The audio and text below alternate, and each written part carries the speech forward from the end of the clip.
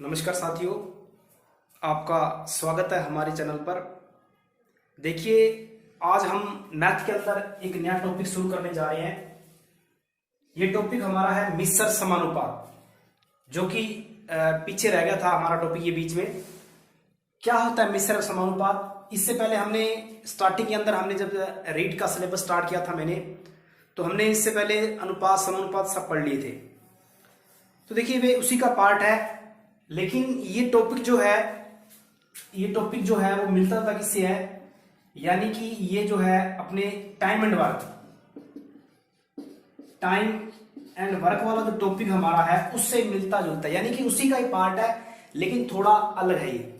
ठीक है, time and work के अंदर हम क्या पढ़ते हैं कि कोई ए है, उसके अंदर उसने 5 दिन में काम किया कोई, ठीक है, और बी ने 10 दिन में काम किया। तो बताओ दोनों ने मिलकर कितने दिन में काम किया। ये इस प्रकार के प्रश्न जो है वो टाइम एंड वर्क के अंदर आते हैं। लेकिन मिश्र समानुपात जो है ये बहुत ही अच्छा टॉपिक है। और ये किस प्रकार क्वेश्चन बनते हैं, आपने सुना होगा एक एक नियम। आपने ये शब्द जो है एक एक नियम सुना होगा। इसको बोलते हैं यूनिटरी मेथड। देखिए, ये टॉपिक जो है ये पटवार राजस्थान जो पटवार भर्ती है उसके अंदर ये टॉपिक जो सिलेबस के अंदर दिया गया है, हिंदी में बोलते हैं एक एक नियम। यानी कि एक प्रकार से एक एक नियम है मिश्र समानुपात। यानी कि हम अनुपात पढ़ते हैं जिस प्रकार से ए अनुपात बी समानुपात सी अनुपात डी। इस अनुपात को हम हल किस प्रकार से करते हैं, बाह्य पदों का गुणनफल करते हैं और बराबर में हम रख देते हैं आंतरिक पदों का गुणनफल। यानी ए बी का अनुपात जो है सी अनुपात डी के बराबर है। समानुपात का मतलब बराबर होता है। ठीक है, अब देखिए इसी प्रकार से मिश्र समानुपात में क्या है, जिस प्रकार हम एग्जांपल ले लेते हैं।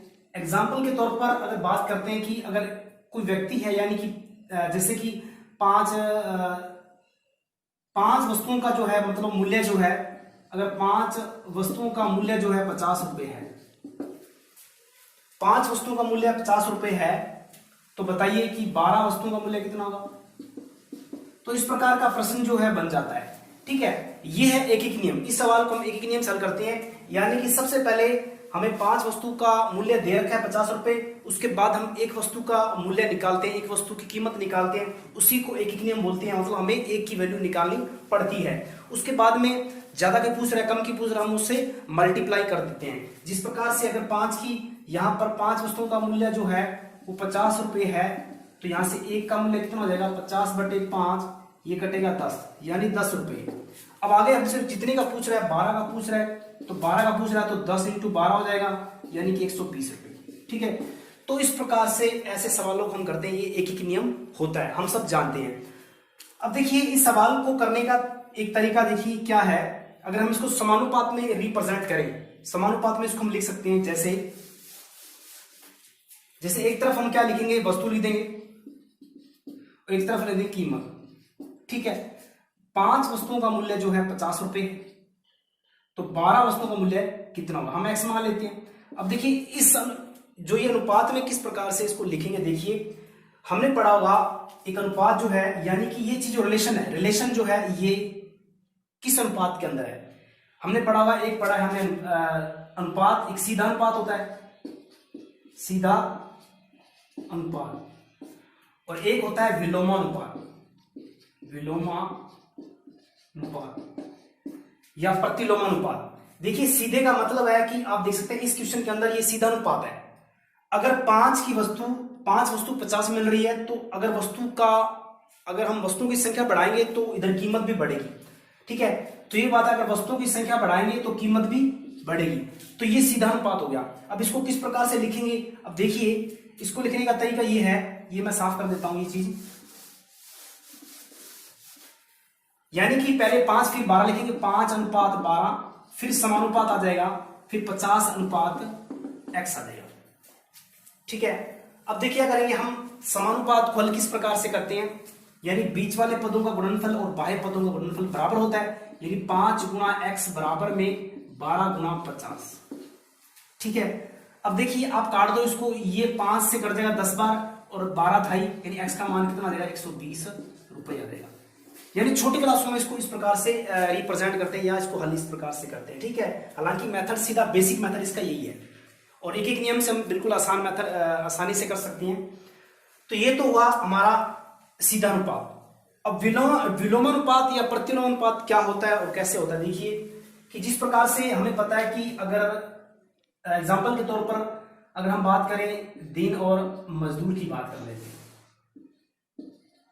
इन दोनों में रिलेशन क्या होता है, बिल्कुल उल्टा होता है, ठीक है, ठीक है। अब देखिए यहां पर जो कोई काम है, अगर कोई वर्क है, ये चीज वर्क पे लागू होती है, काम पे लागू होती है कि अगर यहां मान लेते हैं कि जैसे अगर 5 मजदूर जो है वो किसी काम को 10 दिन में करते हैं, 5 मजदूर किसी काम को 10 दिन में करते हैं, अगर हम मजदूरों की संख्या बढ़ा दें, 15 मजदूर कर दें, तो उसी काम को कितने दिन में करेंगे।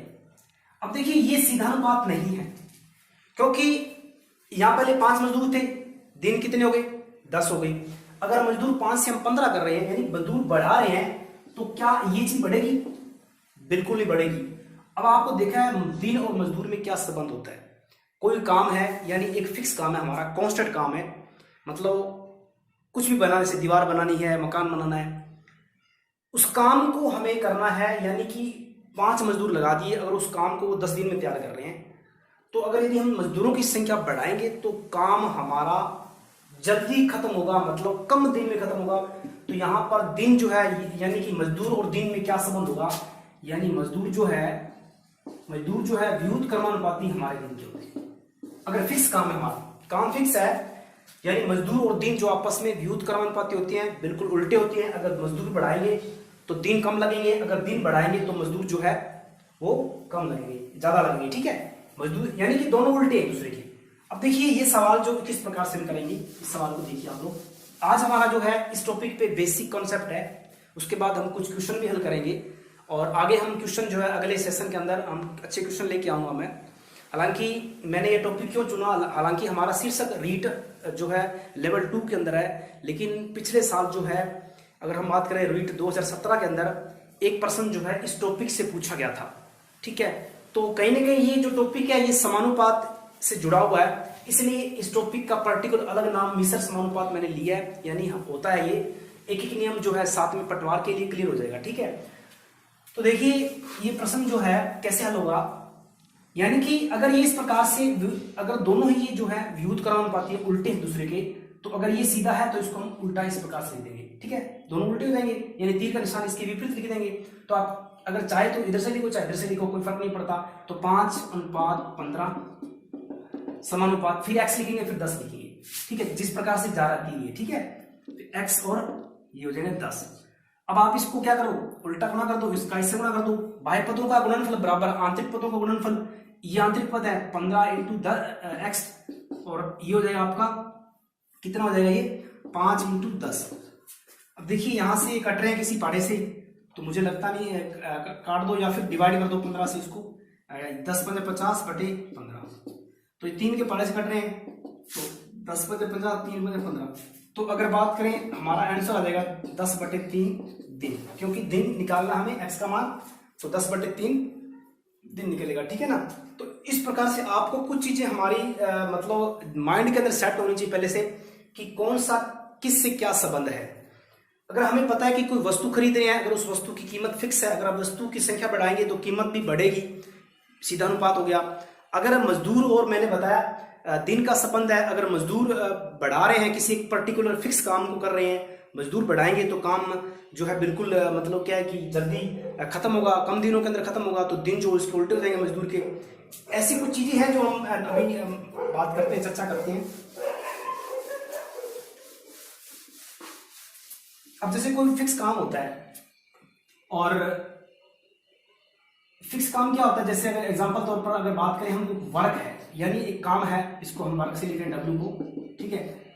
अब जैसे एग्जांपल के तौर पर कोई आदमी है, अगर डे जो है, मतलब डे वो मतलब क्या है कि समानुपाती जो है वर्क के होगा, दिन बढ़ाएंगे तो काम बढ़ेगा, मतलब ये हमें पता है, हम जानते हैं। इसी प्रकार जो आदमी है, आदमी जो है, मेन जो है, मेन जो है अगर बढ़ाएंगे तो मेन समानुपाती किसका होगा, वर्ग का होगा। ठीक है, तो इसी प्रकार से अगर कोई घंटे हैं, अगर घंटे यानी कि हमारा टाइम होगा, ये टाइम बढ़ाएंगे यानी कि टाइम में ओवर आ जाता है, दिन आ जाते हैं, तो ये भी वर्ग के समानुपाती होगा। ठीक है, तो देखिए ये कुछ चीजें हैं, यानी कि दिन जो है वो वर्ग के समानुपाती है। मतलब अगर दिन बढ़ाएंगे तो मतलब काम बढ़ेगा, अगर काम ज्यादा है तो उसमें आदमी भी ज्यादा चाहिए, अगर काम ज्यादा है तो घंटे भी ज्यादा लगेंगे। ये तो हो गया इनका संबंध। ठीक है, अब देखिए ये चीजें क्यों लिख रहे हैं। देखिए अगर मैं इसको शॉर्ट में लिखूं तो जैसे आपको पता है कि आदमी के लिए मैं m जो है उसको लिख रहा हूं, m समानुपाती जो है w वर्ग के है। अगर दिन की बात करें, दिन समानुपाती जो है हमारे w के है। अगर पावर की बात करें तो वो समानुपाती है। अगर किसी कार्य की क्षमता एफिशिएंसी जो है e समानुपाती। तो ये चीजें जो सारी है समानुपाती है। ठीक है, अगर काम ज्यादा है तो आदमी ज्यादा चाहिए, काम ज्यादा है तो दिन ज्यादा चाहिए, काम ज्यादा है तो घंटे ज्यादा चाहिए, काम ज्यादा है तो हमें एफिशिएंसी यानी क्षमता ज्यादा चाहिए।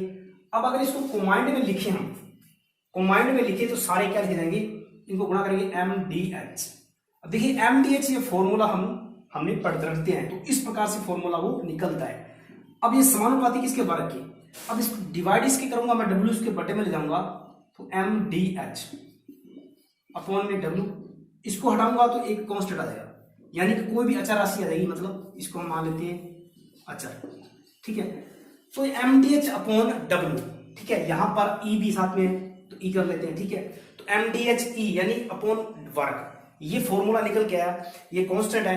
अगर हम चाहें तो अगर हमारे पास पर्टिकुलर दो संबंध अप्लाई हो रहे हैं, दो संबंध हैं, जिस प्रकार से एक तरफ तो कुछ व्यक्ति काम कर रहे हैं, उसी तरफ दूसरा जो है सेम काम जो है अगर हम दूसरे टाइप्स में लगा दें तो उस कंडीशन में क्या हो जाएगा, यानी कि M1 D1 H1, ठीक है, E1 बटे में W1 बराबर में M2 सॉरी D2 और H2 E2, यानी कि ये सारे जो हैं इस प्रकार से फॉर्मूला निकलता है। यानी कि MDH फॉर्मूला जो है, MDH M से मेन आदमी होता है। ठीक है, D से डे हो जो दिन हो जाएंगे, H से ओवर यानी घंटे हो जाएंगे, E से एफिशिएंसी यानी क्षमता हो जाएगी कार्य की, अपॉन में कार्य आएगा। अब देखिए अपॉन में क्या क्या आ सकता है, कार्य की जगह क्या क्या आ सकता है। देखिए कार्य की जगह कुछ चीजें पर्टिकुलर, जैसे कि कोई हम कार्य कर रहे हैं, जैसे कि मरम्मत कर रहे हैं, पर कोई भी वर्क, कोई भी काम, जैसे किसी कार्य यानी कि कमरे की मरम्मत कर रहे हैं, नहर की तालाब की खुदाई कर रहे हैं, वो एक प्रकार से वर्क हो गया। एक मजदूरी जो होती है वो मजदूरी हमेशा डिवाइड में वर्क की जगह काम आएगी, यानी वर्क की जगह हमें लिखना है मजदूरी को। तो ये फॉर्मूला निकल गया। तो देखिए फॉर्मूला हमारा जो है MDH जो है वो निकल गया। हम उस तरीके से भी कर सकते हैं, वो बेसिक तरीका है। तो ये जो तरीका है MDH अपॉन W, ये फॉर्मूला हमारा बिल्कुल सीधा फॉर्मूला है। तो अब देखिए हम कुछ क्वेश्चन लेते हैं। अब जैसे एग्जांपल के तौर पर अब मैंने अभी क्वेश्चन लिया कि अगर कोई 5 व्यक्ति जो है, 5 आदमी किसी कार्य को जो है वो मतलब 18 दिन में करते हैं। 5 व्यक्ति किसी कार्य को 18 दिन में करते हैं, तो बताइए वही आदमी जो मतलब 15 आदमी अगर तो कितने दिन में करेंगे। ठीक है, ये सवाल है। अगर इस सवाल को हम एक एक नियम से करें तो एक एक नियम से करेंगे और MDH से भी करेंगे। तो देखिए एक नियम क्या है कि हमें पता है कि 5 आदमी जो है वो कार्य करते हैं 18 दिन में करते हैं। अब एक आदमी काम करेगा। अब देखिए यहां पर ये 5 इसके डिवाइड में नहीं करना है। क्यों, मैंने बताया था, क्योंकि अगर 5 आदमी 18 दिन में कर रहे हैं तो अगर आदमियों की संख्या अगर हम कम करेंगे तो वो काम ज्यादा दिन में होगा, इसलिए डिवाइड में नहीं बल्कि इसको 18 को 5 से गुणा कर देंगे। ठीक है, तो ये 18 5 90, एक आदमी उस काम को 90 दिन में करेगा। बात करें हम 15 आदमी की तो 90 बटे 15 बराबर 6 दिन, तो ये कटेगा 6 दिन में, इसका आंसर होगा 6 दिन। ठीक है, अब देखिए इसी सवाल को हम MDH से कैसे करेंगे। देखिए एक तरफ आदमी जो है 5 आदमी, स्टार्टिंग में M1 कितना है 5, उसके बाद D1 कितना है, D1 है आपका 18। अब देखिए D2 या M2 कितना है, यानी कि सेकंड टाइम में क्या है, सेकंड टाइम M2 कितना है 15 और D2 हमें निकालना है, X मान लो, इसके अंदर रख दो बस, यानी कि इसको मैं साफ कर रहा हूं।